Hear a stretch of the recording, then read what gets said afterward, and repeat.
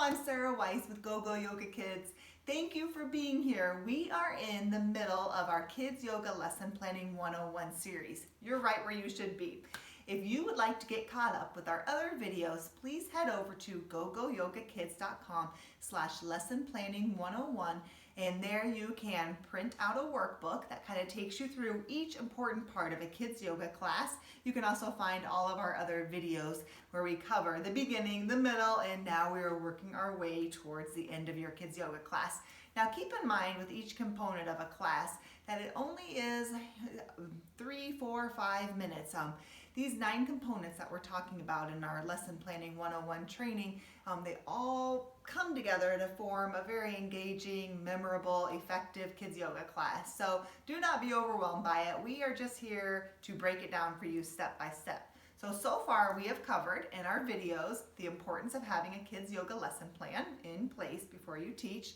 We have talked about part 1, which is the welcome. Part 2 is our breathing exercises and how to make breathing fun and relevant for kids. Then we talk about our sun salutations made simple. After that, you move into your active movement where you get the kids up and engaged and moving, their heart's pumping, they're feeling good, they get those wiggles out.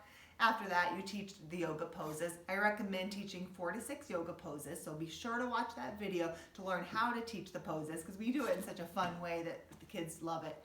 After the yoga poses, you practice them with a yoga game. Do not miss the yoga game. They love that, and it's a fun way to practice the poses that they had just learned.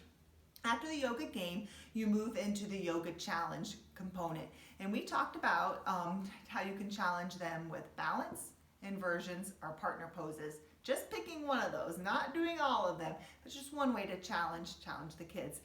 After the yoga challenge, then you are ready for your community building. This is personally one of my favorite parts of class. It comes towards the end of the yoga class. Everyone has had fun, they've learned a lot, and now it's time to kind of bring the energy level back down. This is the second to last part of your kids yoga class before your Shavasana. So after you've had that yoga game and you've had the yoga challenge and now you're in the building community, I usually am able to, in my class, kind of lower the lights a little bit. And in this part, I know it's tempting to maybe kind of rush or skip. You think, oh, we don't maybe need this community building. But this actually is very important. And I know this from teaching. I've been a classroom teacher for 20 years now. It is kind of that reflection time. This is a part where you kind of reiterate what you've learned and done in class. And then the kids are able to go home and they're able to tell their parents about it. They're able to practice the poses. You're just kind of engraving what they have learned. So do not miss this community building portion. It's very important for your students and it's important for you as a teacher too. Because of this reflection, you get to hear what stood out in their mind and what was important. So as you begin to bring this part to a close, your community building, you have reflected on all that you have done and accomplished. Now, one thing I like to do to ask my students is I ask them, we're sitting in a circle, and I have them tell maybe their favorite part of class. Now, this is always interesting to me because I used to think it would always be a game that we did or something like that, but it could be about, it's not always about mastering a new pose. It could be, making a new friend, meeting a new friend during the partner pose.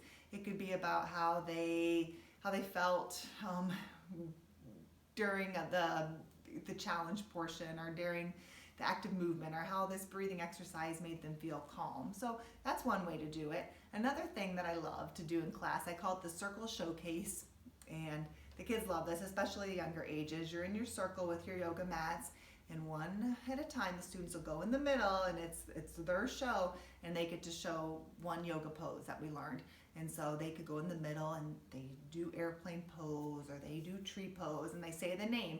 And not only are they remembering it themselves, but the other kids are seeing, oh yes, it's just a very good memory practice. So you have the circle showcase. We also love pass the squeeze is a lot of fun. And making a thunderstorm is a good community building. Everyone's working together with that. Any kind of team bonding, team group thing that you can do. We have tons and tons of ideas on how to build that community in our GoGo Yoga for Kids, a complete guide to yoga with kids. We have a whole chapter devoted to building community with tons of ideas in here. And So would be a good reference to check out if you want to learn more about it. So thank you so much for joining me. I love this part of teaching the kids yoga. Like I said, I love hearing what they have learned and their takeaways for sure. So stay with me next time because we are going to get into the stillness in Shavasana and how to get kids ready for that, where they actually do stay still, and how this actually becomes their favorite part. They love stillness in Shavasana. So I'll see you next time. Thank you so much for watching.